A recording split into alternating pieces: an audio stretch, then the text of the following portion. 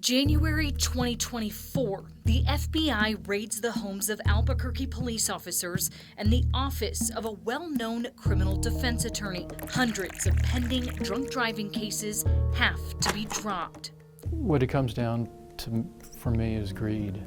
Throughout the next year, the feds are silent about their investigation into what's then becoming New Mexico's largest public corruption scandal. Former U.S. Attorney Damon Martinez says that's not unusual. The Department of Justice traditionally doesn't necessarily need to inform the public. It's like an enigma to a lot of folks because they don't say a lot. But KRQE Investigates uncovers then attorney Thomas Clear III and his paralegal Ricardo Rick Mendez gave bribes to APD's DWI unit officers to send DWI cases their way. Then the officers would fail to show up to those suspected drunk drivers' court hearings. As a result, case dismissed. So we charged $8,500 you could do in payments. And with me, you representing me, that would guarantee that this doesn't go on my record? Yes. Okay. Officers begin to resign. Clear refuses to answer our questions. No comment at any point, no phone calls or anything. Okay, thank you for your time. A year later, January 2025, the U.S. Attorney's Office issues criminal charges. The most serious, RICO, for the scheme we learned spanned 3 decades. It was a law that was created to go after the mafia. And what you're doing is you're going after a continuing enterprise. One by one, the players admit to their roles. 2 attorneys, a paralegal, 9 APD officers, and a Bernalillo County Sheriff's deputy, each one avoiding trial by accepting a plea deal.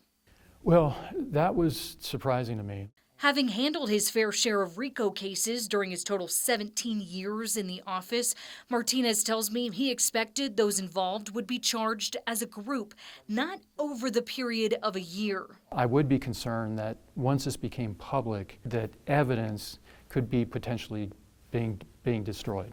We sat down with the former U.S. attorney for his insight into how these criminal cases came together. Martinez tells me after reading the plea agreements, it's evident the 13 who have pled so far are cooperating. He says that cooperation typically starts with a conversation between the U.S. Attorney's Office, FBI, the accused, and their defense attorneys. He did point out what's in the public documents is far less than what the investigators actually learn from those conversations. They can't hold anything back. They can't give you half-truths. And also, you have to be careful that they may be trying to point the finger at somebody else and, escape a liability or, any accountability themselves. How do you know that they are telling the whole truth? Not only are you going to be asking questions for them to give you information, but you're also going to be asking questions that you know the answer. And so, in an extent, you're going to be testing them too, if you're doing it right. So while he's surprised the feds finalized the first plea deal in January 2025 and the latest a year later, Martinez believes each player's confession helped get to the next person, especially when it comes to the highest ranking member of APD who's admitted to participating in the scheme, former Lieutenant Justin Hunt. Unlike any other defendants, the feds agreed to a specific sentence for Hunt, no more than 57 months in prison. My sense is they want information he had, and they want to lock him into a plea agreement. And with those sentencing terms already laid out, Martinez says Hunt likely won't be called to testify at trial for other co-defendants. You're giving some potential fodder or ammunition to a defense attorney if it gets to trial, because all of a sudden you can say to that cooperating witness, you were given something by the prosecutor. Martinez believes they needed something from Hunt. What I would suspect is that they're asking him to divulge all people that he dealt with who knew about this. And I assume that they would be interested in going up the chain of command if that occurred. So he assumes more people will face charges? Well, I think it could go on indefinitely, and that's why I was saying earlier that hopefully there would be some type of accounting from the U.S. Attorney's Office to the community saying, okay, it's resolved itself, this investigation.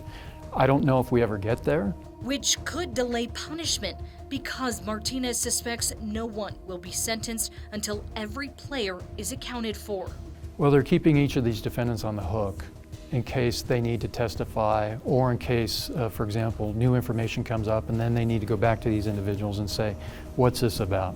Help fill in the gaps. So who else could the feds be going after? Only one retired officer has been charged, even though we know this scheme dates back to the 90s. We also know the feds have implicated a handful of other officers, including an undersheriff and a state police officer, but so far they haven't been charged. Ann Perret, KRQE Investigates.